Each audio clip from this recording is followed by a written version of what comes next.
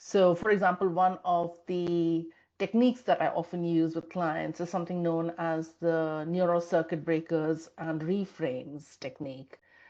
Because what the brain does is, because it is an efficient organ, it's an efficient and amazing machinery that we have, but it also uses up a lot of our energy. So, therefore, to be efficient, any behaviors or reactions which we do time and again, it tends to Hmm. embed it in what we call the default network, the default way of responding, which becomes the old habits and old reactions, especially when we are under stress. And in high stake environments, people are under stress, right? So we automatically behave in a particular way.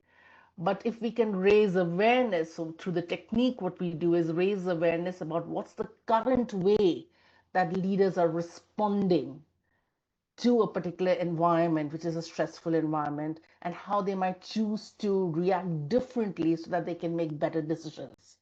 So let me make it really real for an example, like a client that I was working with as a leader who Hmm. realized that when tough calls had to be made or difficult decisions had to be made, he tended to get into a delay mode because his brain was locked into thinking about risk scenarios and he was spiraling towards it, and therefore he was delaying making tough decisions.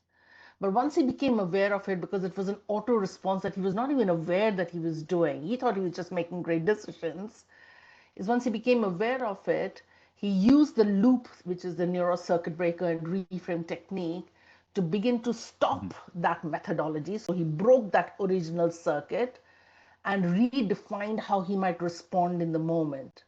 And by raising awareness and practicing that loop, he was able to make better decisions and sharper decisions. In fact, this team started responding to him and saying, you feel kind of a little sharper right now in the way of decisions that you're making. And the more he did it, it became a Hmm. habit. So he practiced doing that technique. And as he became better, a new way of thinking emerged and a new way of making decisions under pressure emerged. And that is what we call by rewiring.